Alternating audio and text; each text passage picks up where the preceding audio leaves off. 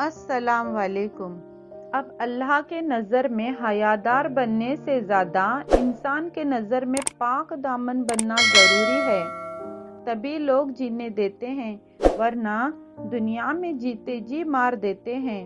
ہمارے اپنے جب کسی عورت کے شوہر کا انتقال ہو جاتا ہے تو اس کے اپنے ہی اس کے بارے میں باتیں بنانے لگ جاتے ہیں کہ یہ اس کی نبوست ہے، یا اس کے کوئی گناہ کی اسے سزا مل رہی ہے، یا یہ تمہاری بدقسمتی ہے۔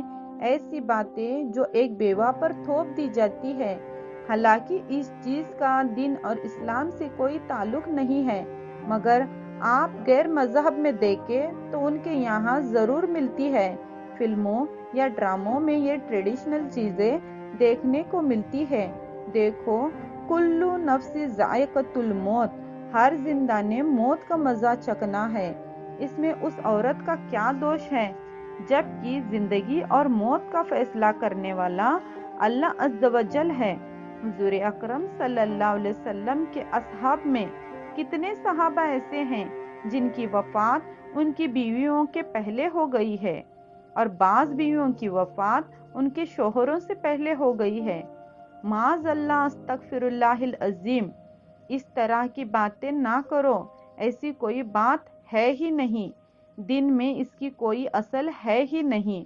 اور حضور اکرم صلی اللہ علیہ وسلم جب اس ظاہری حیات سے پردہ فرماتے ہیں تو آپ کے پیچھے آپ کی ازواج جو رہ جاتی ہے، تو یہ بات اب ان کے متعلق معاذ اللہ، استغفر اللہ العظیم، یہ تو غلط بات ہے نا۔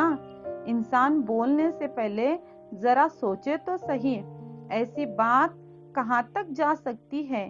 کتنی انبیاء کرات ایسی ہیں ان کی ازواج ان کے پیچھے زندہ تھی، تو یہ جو زندگی اور موت ہے، اس کا تعلق کسی کی بدقسمتی سے یا کسی کے گناہ سے، اس چیز سے جوڑنا سخت جہالت ہے۔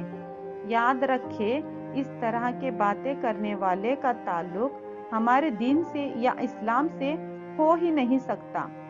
مسلمانوں میں دو چیزیں ہیں، ایک کی وہ اسلام ہے، یا جو دوسری چیز ہے وہ کلچر ہے۔ کلچر کی یہ چیز اسلام سے باہر کر دے اور ایسی باتیں غلط ہیں، تو آپ اس طرح کی کسی بے وجہ پر اپنی رائے نہ ڈالے، اس کا فیصلہ خود اس کے رب پر چھوڑ دے۔ اگر اس کے شوہر کی وفات اس کے گناہ کی سزا ہے تو یہ اس کے اللہ کے طرف سے اس کی مغفرت ہو رہی ہے، یا اگر اللہ اس عورت کا امتحان لے رہا ہے تو کیا یہ اس کی آزمائش ہے، اور اس کا صلہ اسے اس کا اللہ ہی دے گا، وہ بہتر جاننے والا ہے۔ جب اس عورت کا شوہر حیات ہوتا ہے تو وہ ایک نیک عورت ہوتی ہے، اور شوہر کے انتقال کے بعد اس کے اپنے ہی اس کی طرف انگلیاں اٹھاتے ہیں۔ کیا آپ کو اللہ کا کوئی ڈر نہیں؟ اگر اس کے گناہوں کی سزا اللہ اسے دے سکتا ہے تو ہمارے لیے کیا اللہ نے آنکھیں بند کر رکھی ہے؟